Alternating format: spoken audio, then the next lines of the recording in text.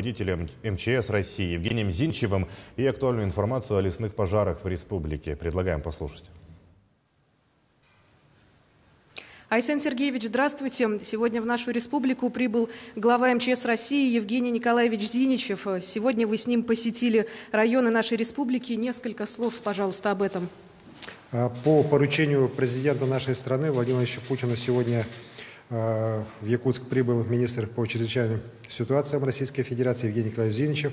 Вместе с ним прилетела большая команда руководства МЧС, первый заместитель министра Чуприян, заместитель министра Яцуценко, руководитель аппарата, руководитель авиации МЧС и ряд других руководящих работников министерства. Мы сегодня уже занялись конкретно планированием операций по локализации и по ликвидации лесных пожаров, по защите наших населенных пунктов. Посетили наиболее опасные с этой точки зрения пожары на территории Намского района, Горного района. Посмотрели, как будет выстраиваться защита сел Ортосурт, Кяптин. Также Евгений Николаевич посетил Бескёль, на месте ознакомился и заслушал доклады руководителей тушения пожаров, которые у нас было неделю назад, в прошлую субботу, так, когда пожар заходил на территорию села, ознакомился также с ходом восстановительных работ по Бескёлю. Ситуация, безусловно, неординарная. У нас достаточно большая группировка сейчас работает в Западной Якутии. Это самолеты МЧС России, самолеты Министерства обороны, которые сегодня тушат пожары на территории Мирнинского, Сунтарского, Нюрбинского, Верхнеугрюзского районов. И мы видим там явную позитивную динамику. Вместе с тем, из-за задымленности аэропорта Якутск у нас достаточно большая группа спасателей, прибывших из Центральной России, сейчас находится в аэропортах Полярный и Мирный. Спланировано, что сегодня ночью будут переброшены дополнительные самолеты МЧС для того, чтобы эти спасатели уже в течение сегодняшней ночи прибыли в Якутск и уже с утра были распределены на самые тяжелые участки. Это пожары Намского района, Усалданского района, Чурапчинского района и Горного района. По каждому из этих пожаров уже, в этих районах уже определено количество людей, которые будут перебрасываться, пути их передислокации наземные. Ну и, конечно же, мы очень надеемся, что все-таки аэропорты и Мирного смогут выпустить, и Полярного, а Якутск все-таки ночью при использовании специальной аппаратуры сможет эти борта принять. И уже с утра специализированные формирования МЧС смогут приступить к тушению пожаров. Ну и также определены уже пути усиления авиационной группы. Пока у нас здесь, в Якутске, не могут садиться самолеты Би-200 и Ил-76, конечно, нам надо наращивать вертолетную группировку. И я такое предложение Евгению Николаевичу сделал, Зиничеву, министру по чрезвычайным ситуациям. Оно было поддержано им. И уже завтра днем здесь у нас должны прибыть 2 вертолета с водосливными устройствами. Один Ми-8 Самурской области, где он работал на паводки, а второй вертолет Ми-26, он прибудет сюда с Хабаровского края. Этот вертолет, который может поднимать, в том числе и уже предислоцировать тяжелую технику, что в особенности важно для тушения пожаров и для их локализации здесь, в Намском районе, где достаточно труднодоступные пожары у нас идет. И как раз вот для того, чтобы туда бульдозеры перебрасывать, вот эта техника понадобится. Ну и кроме того, Ми-26 может поднимать водосливное устройство, в котором до 15 тонн воды одномоментно он может сбрасывать. Это практически то же самое, что и Би-200, даже больше. Поэтому вот это появление вот этой техники нам позволит как раз сейчас стабилизировать и улучшать ситуацию рядом с нашими населенными пунктами, которым угрожает огонь. Айсен Сергеевич, какова текущая ситуация в регионе?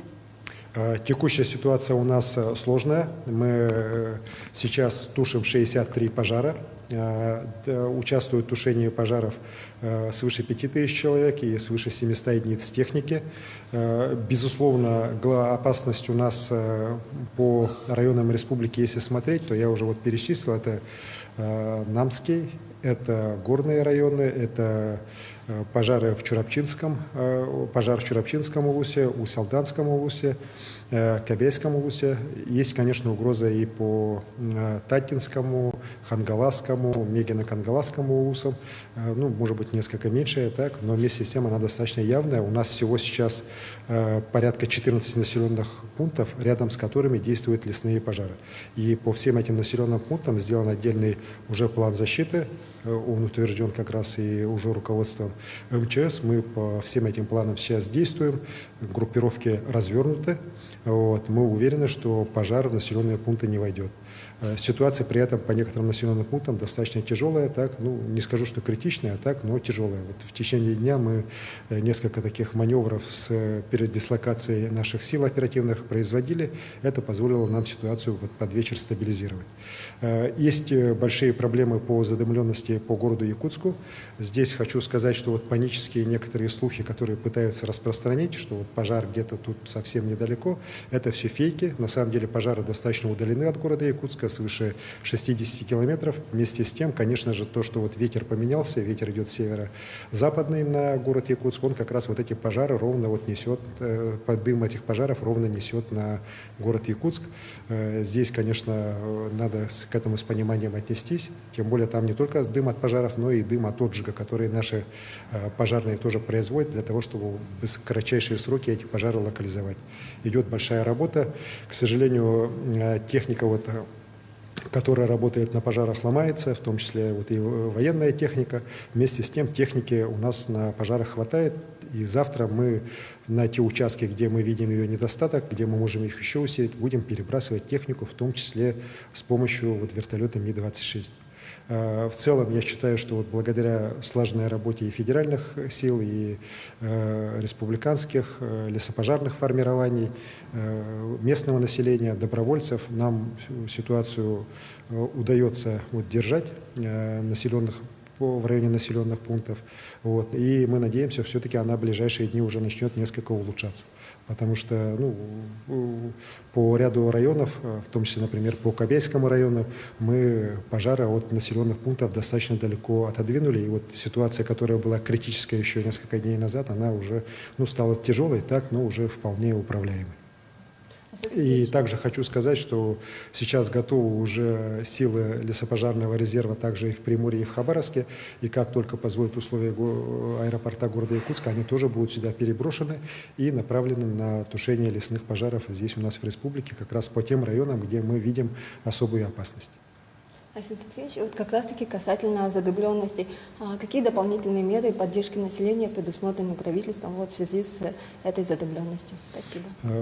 Безусловно, дым от пожаров, он крайне негативно сказывается и на самочувствии людей, в особенности на пожилом нашем населении, на беременных женщинах, детях. И для того, чтобы минимизировать эти последствия, я принял решение, сегодня подписал вечером уже указ о том, что завтрашний день у нас объявляется нерабочим для 11 муниципальных образований. Это, в первую очередь, город Якутск, городской округ Жатай и центральный Намский, Горный, Хангаласские районы, Мегино-Кангаласский, Чурапчинский, Татинские, Усалданские районы. Вот всего 11 муниципальных районов и городских округов на завтрашний день объявляется выходной день, кроме тех учреждений, которые обязательно должны работать, например, учреждения здравоохранения, аптечные сети, предприятия круглосуточного режима. Еще я попросил, чтобы в ближайшее время уже вот этот указ был до всех районов доведен, до всех городских округов.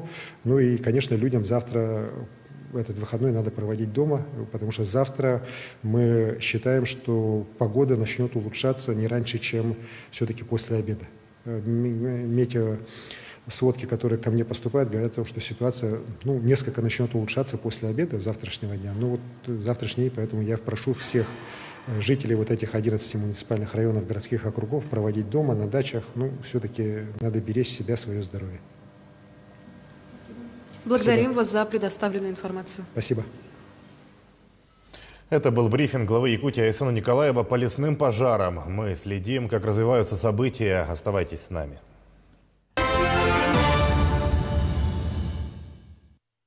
Служба спасения Якутии предупреждает. В условиях сильного задымления держите окна и двери плотно закрытыми. Без необходимости не выходите из дома. Пейте больше воды, избегайте физических нагрузок.